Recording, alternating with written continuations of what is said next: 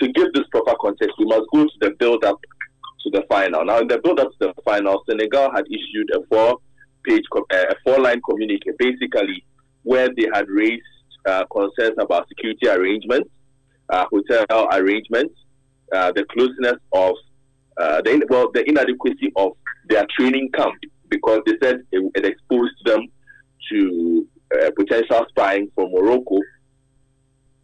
There had also been concerns generally, particularly if you look at the Morocco game against Nigeria, that the system was favoring Morocco to win the tournament, perhaps as reward for taking up the hosting.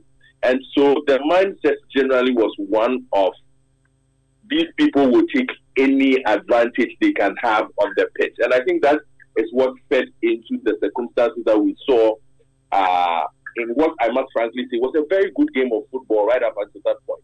Now, here's the thing.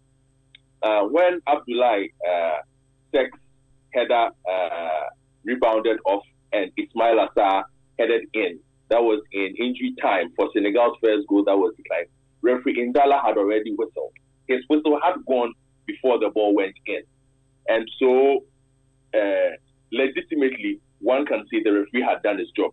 We can have a conversation about the appropriateness of the call, whether indeed Abdoulaye Seck, who was called for a foul, was indeed fouling, because Ashraf Hakimi was also busy fouling him. And there are those who are of the opinion that it was a soft foul to call by the referee to disallow Senegal that goal.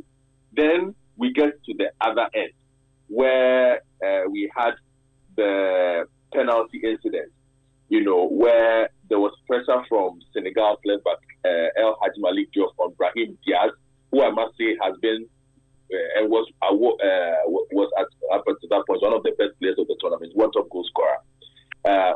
Fouled Brahim Diaz. Again, two things can happen and they can be true. It indeed was a penalty at the time. So, but the general response of Senegal basically was a feeling of injustice, considering they felt a goal that looked like a genuinely good goal had been disallowed and VAR had not intervened.